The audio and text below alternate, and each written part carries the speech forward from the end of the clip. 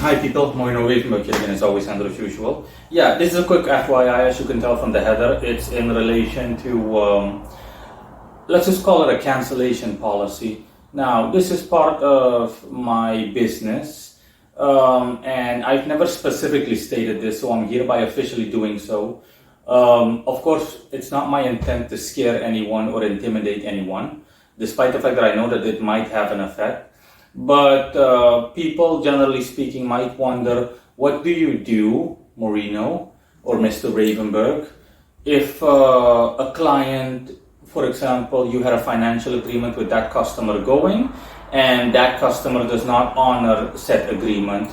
Obviously, you don't need to even remotely wonder on whether I will live up to the agreement or not, because I'm the instigator. So obviously, it's rhetorical to ask me whether I would live up to my own agreement. Of course I'm going to live up to it. It's my agreement.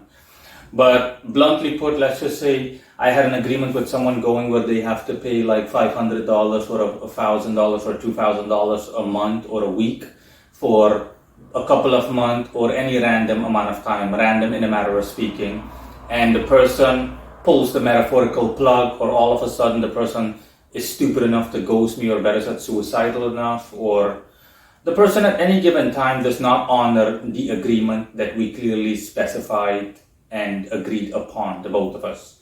The mutually established agreement in relation to a payment plan or a financial plan or something. I've never officially said that, just like I've said. I've only said it in as a sideline in videos in the past, but I never elaborated on it. Now, what I do, plain and simply, I cancel and I reverse your working. It's that simple. Simple example, someone comes to me and they create they want an egregore created, like a thought form, and the person doesn't live up to their end of the agreement. We had an agreement that, okay, you're going to pay $1,000 for 3 months, and the person, all of a sudden, the person pays for 1 month, and then the second month, it's radio silence. I don't hear anything from the person. I try calling you in a matter of speaking, only for the sake of this example, and no response. I check you out, and if I see that you legitimately ghosted me, or you're stupid enough to do something like that, what do you think I'm going to do? I will literally tell the spirit that I created for you, you saw what this imbecile did? Punish his ass. You know what to do. Because the spirits that I create by default, my occult work as a whole, already takes this into consideration. You be stupid enough and suicidal enough to do something like this in a matter of speaking, like in the aforementioned example just now, that spirit will literally punish the person for whom he or she or it was created for his or her insolence, and the person is going to, all the progress that the person booked thanks to that spirit will be reversed multifold, honestly, twofold, you name it. The equivalent to which the equivalent or the extent to which the debt needed settling, okay, the karmic and spiritual debt needed settling. After that, the spirit will automatically self-destruct, because I will tell that spirit to do so, as in, you know what to do, punish this sack of shit for his insolence and self-destruct. Undo yourself when you're done. End of story. I'm done with it. I had to do it for another client, a short while ago, 2 weeks ago. Long story short, all of a sudden the guy comes up with an excuse that, hey, I'm not going to pay anymore, and blah, blah, blah. It's a pathetic excuse. Metaphorically speaking, I could care less. Of course, I don't like it, but like I said, I already know what I'm going to do. The egregore, the thought form I created for him, I told him, you know what to do. You saw what this dumb fuck did. You know what to do. Take his ass out. End of story. And yeah, now he is struggling to the point where he's borderline homeless. Again, a pleasant reminder to people, do not be stupid enough. If you even remotely value your own life and your own existence, do not be stupid enough to think that you're even remotely going to do anything along the lines of that which I described, like ghost me or do this or do that.